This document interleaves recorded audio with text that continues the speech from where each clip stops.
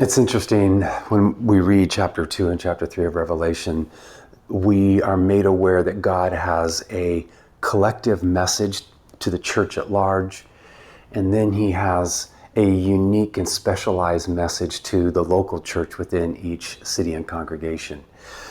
And the manner in which he directs that conversation, that message, is by addressing the angel of the church. And so he'll say something like, to the angel of the church in Ephesus, and then to the angel of the church in Smyrna, and 7 times he will make this message and begin the salutation with, to the angel of the church.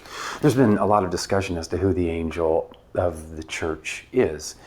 Angelos, is it an angel, like a literal angel? Or is it just the messenger of that church, the pastor, evangelist? I was listening to Walter Wink, and he was talking about this.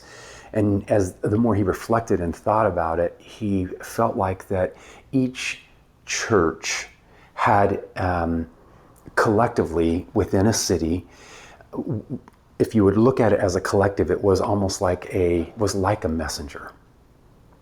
That collective altogether had a message, a voice to their community, to their city. They were a witness to God and to the work of Christ. And he said that that collective group within each city was the angel. I thought about this. It fascinated me, and it agreed with me. It seems that that's right. That each local church has a message, a window into the gospel. I've heard Mike Breen say that, a window into the gospel. A unique way of viewing the landscape of the work of God, God's kingdom, that they are called to share, they are called to declare, they are called to bear witness to.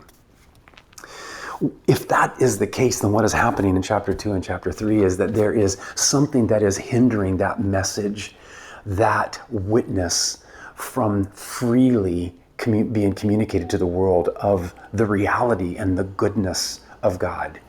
And so Christ speaks a message to each church that is to help it bear witness in the way that it best can, so that it can have the overcoming life that gives testimony to the true nature of God, as we see lived out in Jesus Christ through the cross and through the resurrection.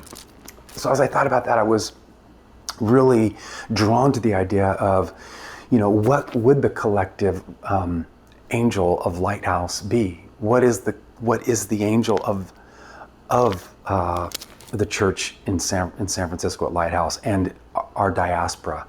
What is that angel? How are we called to bear witness to Christ?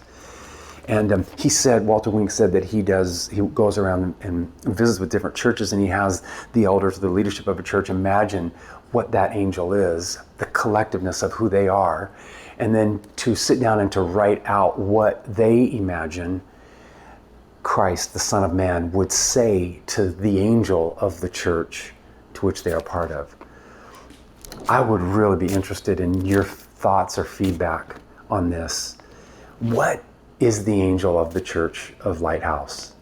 And if you could imagine that, and maybe send me an email or a text and let me know, or just make comments in the comment section and just let me know what you think Christ would say to the church. I would encourage you just to kind of read through this and envision and sit with it for a minute and then imagine what that would look like. I would love to hear from you on this.